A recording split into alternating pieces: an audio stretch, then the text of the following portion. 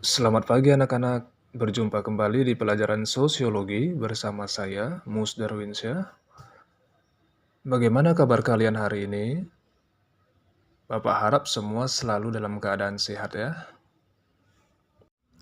Di awal kalian sudah menyaksikan video cuplikan berita mengenai konflik dan kekerasan.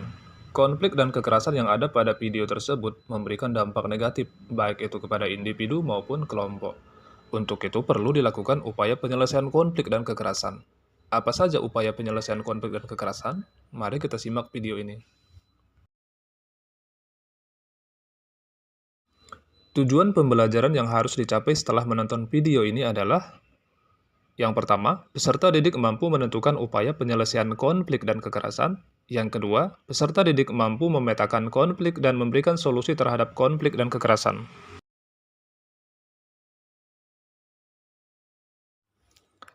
Penyelesaian konflik dan kekerasan dapat dilakukan dengan dua cara. Yang pertama, penyelesaian secara umum. Yang kedua, penyelesaian dengan menggunakan manajemen konflik. Upaya penyelesaian konflik secara umum dapat dilakukan dengan berbagai cara, di antaranya: 1. Konsiliasi. Konsiliasi adalah upaya penyelesaian konflik yang dilakukan oleh lembaga-lembaga tertentu yang dapat memberikan keputusan dengan adil. Yang kedua, arbitrasi.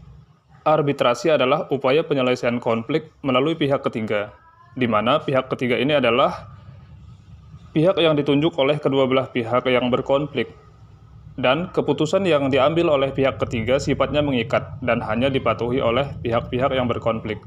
3. Mediasi.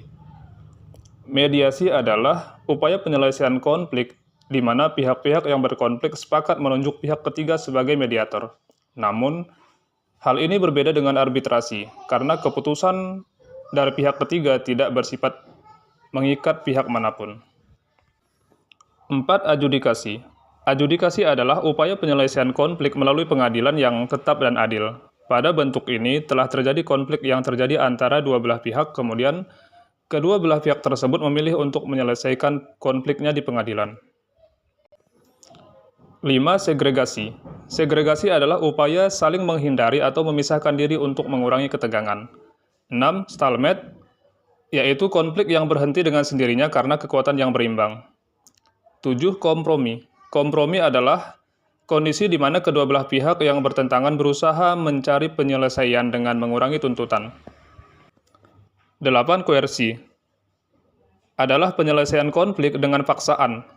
Hal ini terjadi disebabkan salah satu pihak berada dalam keadaan yang lemah dibandingkan dengan pihak lawan. 9. Konversi, yaitu salah satu pihak mengalah dan mau menerima pendirian dari pihak lain. 10. Genjatan senjata adalah penghentian konflik untuk sementara waktu yang biasanya dalam bentuk peperangan untuk menyembuhkan korban. Penyelesaian menggunakan manajemen konflik dapat dilakukan dengan 5 cara, yaitu: 1. Tindakan menghindari. Artinya bersikap tidak kooperatif dan asertif, menarik diri dari situasi yang berkembang atau bersikap netral dalam segala macam kondisi. 2. Kompetisi. Artinya bersikap tidak kooperatif tetapi asertif, bekerja dengan cara menentang keinginan pihak lain, berjuang untuk mendominasi dalam situasi menang atau kalah, dan memaksakan segala sesuatu agar sesuai dengan kesimpulan tertentu dengan menggunakan kekuasaan yang ada. 3. Akomodasi. Artinya bersikap tidak kooperatif tetapi tidak asertif, membiarkan keinginan pihak lain menonjol, meratakan perbedaan-perbedaan guna mempertahankan harmoni yang diusahakan secara buatan. 4. Kompromis. Artinya, bersikap cukup kooperatif dan juga asertif dalam intensitas yang cukup. Bekerja menuju ke arah pemuasan pihak-pihak yang berkepentingan, mengupayakan tawar-menawar untuk mencapai pemecahan yang dapat diterima kedua belah pihak, meskipun dalam hal ini tidak ada pihak yang merasa menang dan kalah secara mutlak.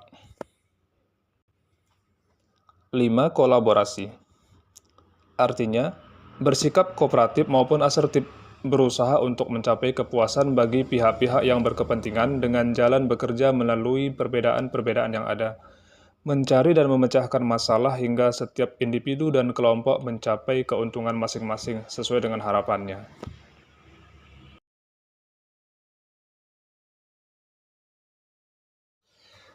Perhatikan contoh soal berikut.